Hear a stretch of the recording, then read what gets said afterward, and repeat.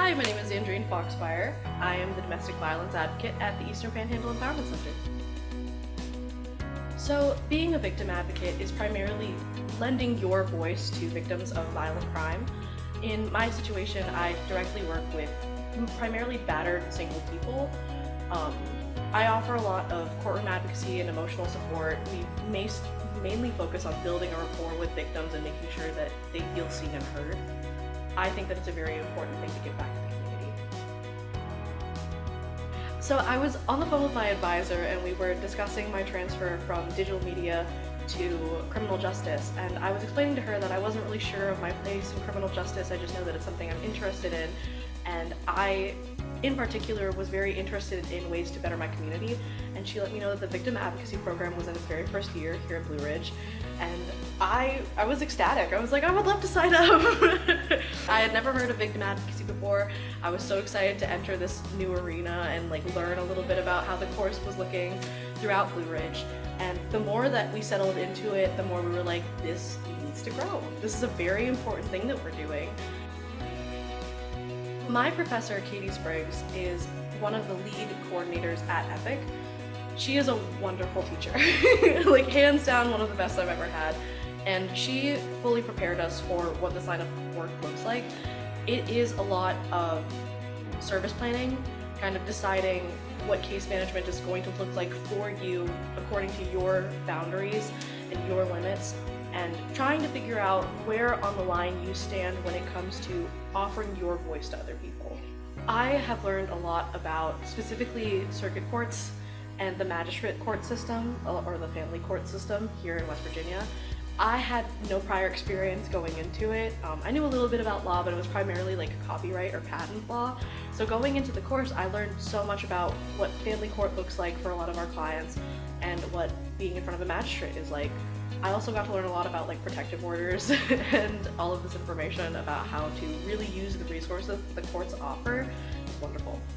I think that a lot of people are kind of biased towards victims of violent crime because we always assume that we'll know better in a certain situation, but that's simply not true. And one of the things that I learned during the victim advocacy course is just how much your brain functions under trauma. A lot of people don't recognize that your prefrontal cortex will shut down, so you're not really thinking clearly, you're not giving a basic understanding of what's going on.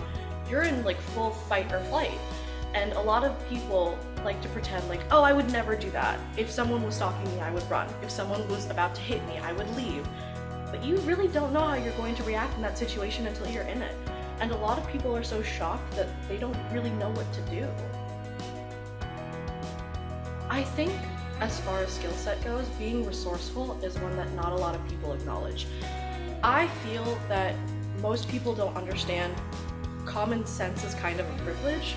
Oftentimes, victims of violent crime are people who weren't necessarily taught common sense, or what we deem common sense. They weren't taught oh, I'm in danger, I should go to law enforcement. They were taught, oh, I'm in danger, law enforcement isn't going to help me. Or they were taught, oh, I'm not feeling well, I should tell my parents. They were taught, oh, my parents are going to get mad at me if I tell them X, Y, Z.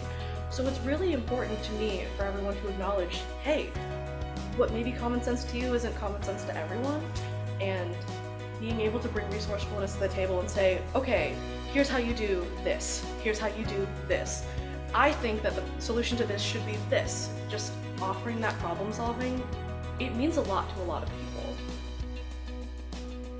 I think for me, the main hardest part, or the most difficult thing for me, is honestly setting boundaries. Most people, when you are dealing with victims of crime, will get invested. Because you see this person consistently, you understand their struggles, you understand their trauma, and it's really hard to figure out where the line is between empowering and enabling. Because we're the Eastern Panhandle Empowerment Center, not the Eastern Panhandle Enabling Center. And I find that to be the most difficult part of the job, because there's so much that I want to do that is unethical to do. It takes away their power and their autonomy because I'm essentially babying them into fixing their life, and I can't do that. I have to figure out where the line is. I have to say, okay, here's the resources that you need, here's the skill set that I can teach you, here's what I can provide with you. Everything else has to be on you. I can't heal for you. And I think the other part of the difficult side of victim advocacy is just looking at the situation and recognizing that you are going through a lot of secondary trauma. There will be very visceral moments in victim advocacy where you're like, oh, that's hurtful. Like, even if I'm not the one experiencing it, this is one of the most hurtful things a person can go through. This is one of the scariest things a person can go through. And sometimes it's hard not to lean into that fear, because I'm like, oh, that person that I care about a lot, this client that I'm trying to serve and make sure that they're comfortable and happy and healthy, they're going through something so traumatic, and it feels like a blow on me. Like, I'm scared for them. And drawing lines in the sand for those things, drawing those boundaries and conclusions can be very difficult at times. I think that the biggest tip that I can give anyone is that you are not in charge of introducing harmony into somebody's life. I went into this very doe-eyed. I was like, I can fix everything for everyone. And you can't. You really can't. Sometimes people are going to have interpersonal conflicts, or they are going to have issues with law enforcement, or they are going to have issues with themselves sometimes. And all you can really do is offer a sympathetic ear, nod, listen to them, really see them. But it's ultimately not up to me to fix all those aspects for their lives. I can only provide the resources that they need and teach them the skill set that they need to navigate the situation that they're in. I think for me, the top things that really sell the victim advocacy course for me, as someone who works in victim advocacy now, first and foremost, the trauma-informed responses. A lot of other advocacy programs, as far as I've seen, don't go into as much detail about how trauma really shapes your brain and how it shapes your actions.